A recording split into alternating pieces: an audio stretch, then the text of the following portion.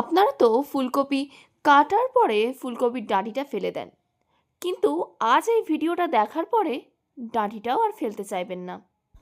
আজ আমি যেভাবে রান্না করে দেখাবো সেভাবে যদি আপনারা একবার শিখে যেতে পারেন, তাহলে ফুলকপির থেকে ফুলকপির ডাঁটিটাই বেশি পছন্দ হবে আপনাদের। আমি একেবারে কাটা থেকে আপনাদের দেখাচ্ছি কেমনভাবে কাটতে হয়। আমি কিন্তু এর মধ্যে কোনো অংশই বাদ দেবো না। এবার একদম ছোট ছোট করে, একদম কুচি কুচি করে কেটে নিতে হবে। এইভাবেই আমি ফুলকপির বাকি ডাঁটাগুলোকেও কেটে নেব। ফুলকপির ডাঁটাগুলোকে ভালো করে পরিষ্কার করে ধুয়ে হালকা সিদ্ধ করে নিয়েছি। এদিকে একটা কড়া গরম হতে বসিয়ে দিয়েছি। কড়াটা গরম হয়ে গেছে, এতে দিয়ে দেব সর্ষের তেল।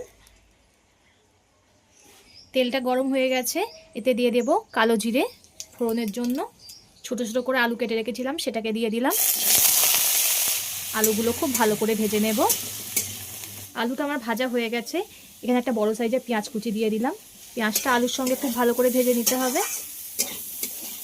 পেঁয়াজটা আলুর সঙ্গে খুব ভালো করে ভেজে নিয়েছি। এবার সিদ্ধ করে রাখা কপির ডাঁটাগুলো দিয়ে দেব।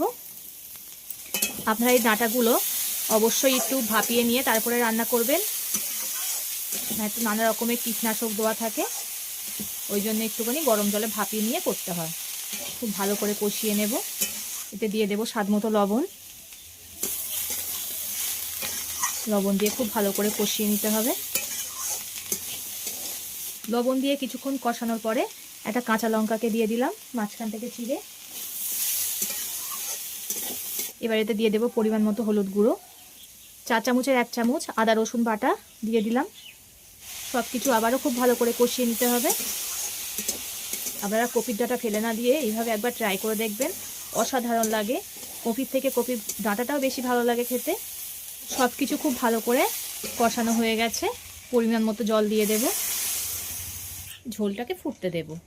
ঝোলটা ফুটছে, এবার এতে দিয়ে দেব 4 চামচের 1 চামচ সর্ষে বাটা। সর্ষে বাটা দিয়ে আবারও খানিকক্ষণ ফুটিয়ে নিতে হবে। সর্ষে বাটা দিয়ে কিছুক্ষণ ফুটিয়ে নেওয়ার পরে এতে দিয়ে দেব 4 চামচের 1/2 চামচ আখের গুড়। আপনারা চাইলে এখানে চিনিও ব্যবহার করতে পারেন। আমি এখানে আখের গুড় দিলাম। আখের গুড় দিয়ে আবারও ফুটিয়ে নিতে হবে। আমার হয়ে গেছে, নামিয়ে নেব।